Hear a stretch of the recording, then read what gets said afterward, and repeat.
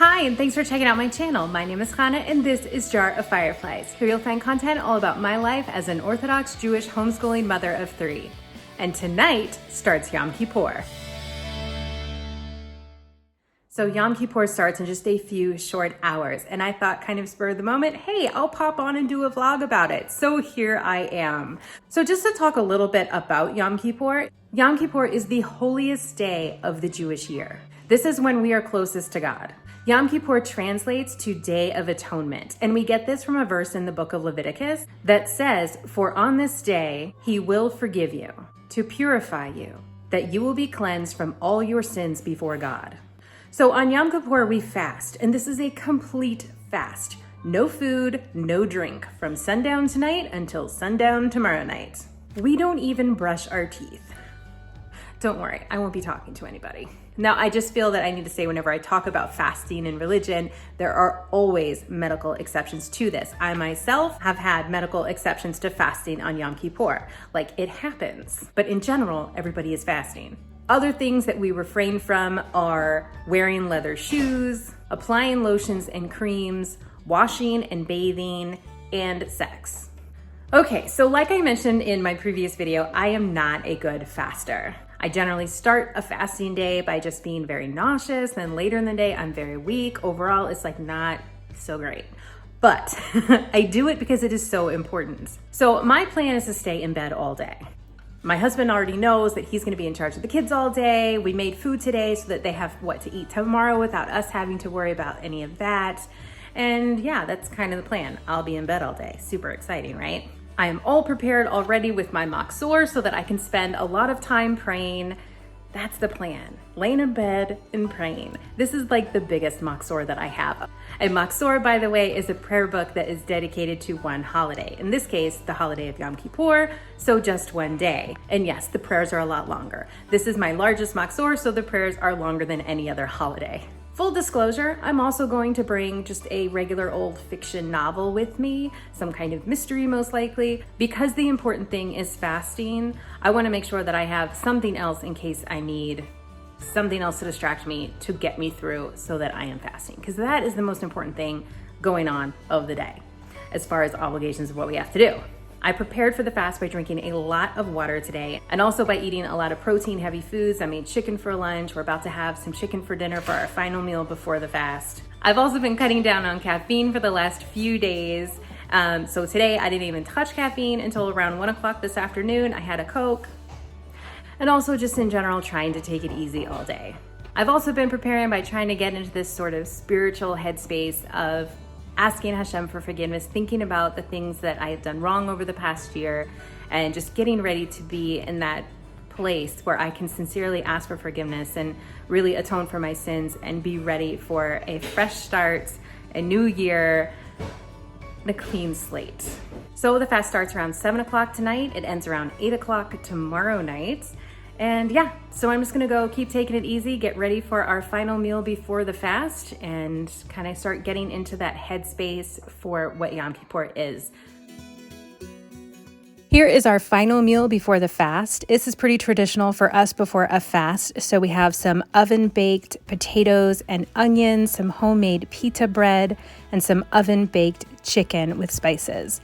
We are eating on disposable plates, and we did cook in disposable pans. This is not the norm for us, but just to keep things super easy going into the fast day, we decided this would be a good move.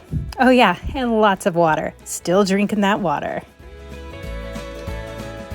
Okay, we have just finished our meal. Came outside because the kids are a little wild. I think my husband is about to go to shul, to synagogue. And yeah, we're just getting in that headspace of getting right with God, and we're gonna do this. The meal is lovely. We all enjoyed sitting together and eating. So that's where we're at right now. So I'm gonna go inside and light my candles, and the holiday will have started.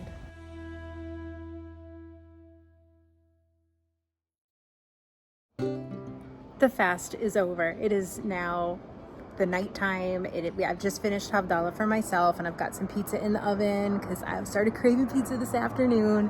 Y'all, I gotta tell you, it was not that bad. I was kind of shocked. I handled this whole fasting really, really well today. I definitely spent a lot of time in bed, and that was good.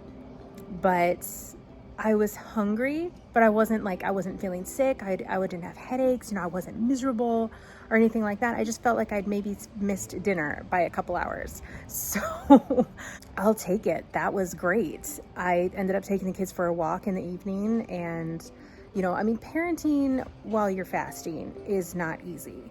I don't care how good of a faster you are, because today I was a really good faster. It's still hard. You have to really check your patience. It's, that's rough, but we made it.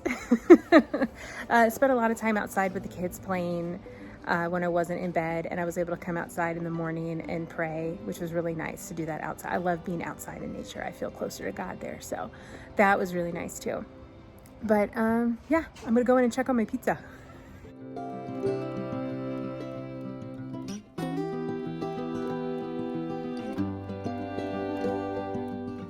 So I made pizza out of pizza that my husband had made before the fast for the kids to eat today, and there was some left over. So yeah, I'm making little pizzas out of it for us, so that'll be really yum.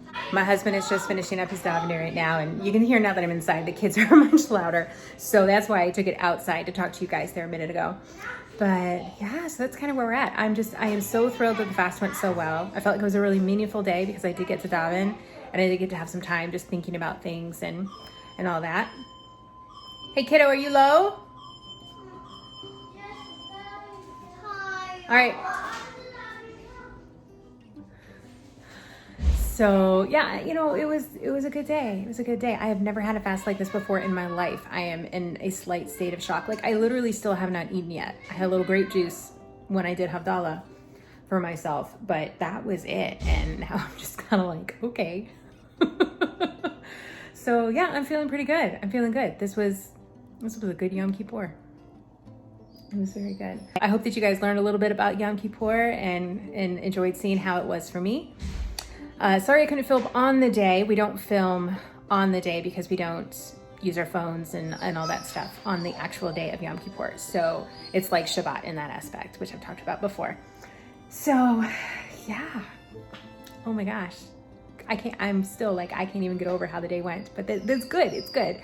Okay, my pizza's almost done, so I'm gonna pull that out now. Okay, so now that you guys have kind of seen how the day went and have learned a little bit about what Yom Kippur is, I'm gonna kind of go through a little day in the life story style, I guess, to tell you kind of what I actually did on Yom Kippur. Okay, so to start out, that evening, my husband did go to the synagogue to daven. So for about an hour and a half to 2 hours, I was home with the kids by myself, which was fine because we were, 5 minutes into the fast at that point. So I wasn't really hungry or thirsty. I was feeling great. So for that evening, my husband was able to go to the synagogue, have some dedicated time to pray, and I was home with the kids. We basically hang out inside, and I read a book to them. The novel that we're working on right now, The Prairie Thief, super good book, by the way, if you're looking for a good book recommendation. And then once my husband got home, we all went to bed. So it was an early bedtime for all of us, probably around 9 o'clock, and that was it. So we slept. I slept in as late as I possibly could the next morning. Got up around 8. Yeah, that's really sleeping in for me. If you've seen my morning routine, that's sleeping in for me. So that definitely cut off, a big chunk of the day there just by sleeping. And I just kind of, my plan was just to sort of hang out in bed. So I had a novel that I was working on. I kind of started out just reading some of that and just kind of chilling out. And then as the kids woke up, I was waking up, kind of helping them get going on their day just a little bit while my husband was doing some praying. He woke up earlier than me to do that. So just, encouraging my children to go get dressed and to go get some breakfast and that sort of thing. And I kind of continued to hang out in bed. There were a few times that I would pop out in the morning just to see how things were going and see if my husband needed any help, because I did want him to have time to pray also. And he spent a lot of time also outside with the kids. So at one point in the morning, I was feeling good. So I picked up my Machzor, my prayer book, and I went outside to our backyard and I sat down on the patio in the sun and I did my morning davening, which was really, really great. And I got to do some of the Yom Kippur davening for that day. And it was just, that was fantastic. I love to pray outside. The weather was beautiful. It was sunny. It was cool. And the dog was outside playing with me. So that was kind of helping to wear her out. Because, normally I take my dog for a walk in the morning and I was not going to go walking several miles around the neighborhood when I'm fasting, but I didn't mind sitting outside while my dog chased leaves that were blowing in the wind. It was really cute, by the way. So she had a blast with that, and then we all came inside, and after that I went back in to rest a little bit more. It was just kind of like off and on resting and coming out and checking on the kids, and I was just really, you know, like I had said, feeling really, really good, surprisingly good. Towards the evening, you know, my husband came in maybe around 3 o'clock or so, and we were kind of chatting, and he was like, so, you know, can I go to shul this evening? Can I go to synagogue this evening? And I was like, you know what, I think that's gonna work out just fine. I'm feeling pretty good. So he went to services and I was there with the kids. Well, of course, the kids started to get superbly rowdy. So since the kids were being kind of rowdy, I took them outside in the yard to play. They were getting to run around and play. They had brought their dinosaurs outside. And my son had his bird book, so he was doing a little birding. That was fun. We spotted a blue jay and a black-throated sparrow. So yeah, that was all fun. And then we came inside. I gave the kids some dinner. We had, you know, had that leftovers from the night before, so I fed them more chicken, pizza, and potatoes. And then after dinner, we decided we probably needed to get outside again. So we went for a walk.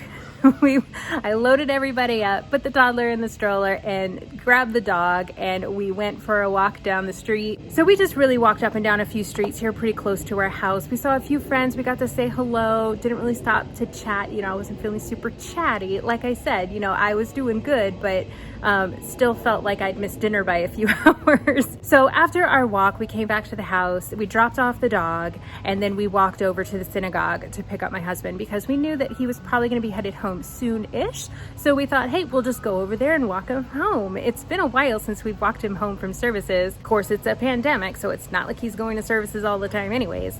But anyhow, so we walked to our synagogue and then we walked him home. And at that point, there was only about an hour or so left. So my husband just finished up the last of his praying here at the house, and I just entertained the kids a little bit longer and started dreaming about pizza, and I was really ready to go. So then we just had to find our shofar because we do end the day with a series of shofar blasts. The shofar is a ram's horn. I did show that in a previous video. I will link to it right up there if you want to see that. So if you missed that and you want to see what a shofar is and what it sounds like, I do blow the shofar in that video. Anyhow, then I did a quick Havdalah, and then we left off where I had just popped back on. So that was my day. That was my Yom Kippur. That's what Yom Kippur is like. So yeah, I think that's a pretty typical day for a mom who's fasting for Yom Kippur, that, you know, you sneak in praying when you can, and you're taking care of the kids, and you're resting when you can, and, you know, so there it is. That's my Orthodox Jewish mom Yom Kippur. So I hope that you guys enjoyed. I hope that you were able to learn something, get a little insight into my life. So now that Yom Kippur is over, we are ready to move on to the next holiday, which starts this weekend. I'm so excited. When I post this video, it will be starting tomorrow night, which is so exciting. Sukkot. Sukkot is one of my favorite holidays, and I will do a video all about that probably in my next video. So be sure to hit subscribe and hit that bell so that you get all of your notifications and you don't miss that video coming up about Sukkot. And be sure to hit that like button. It really helps me know what kinds of videos you like, and it also really helps my channel out. Okay, so that's all I've got for today. Hope you all enjoyed and have a great rest of your day, and I will see you in my next upload.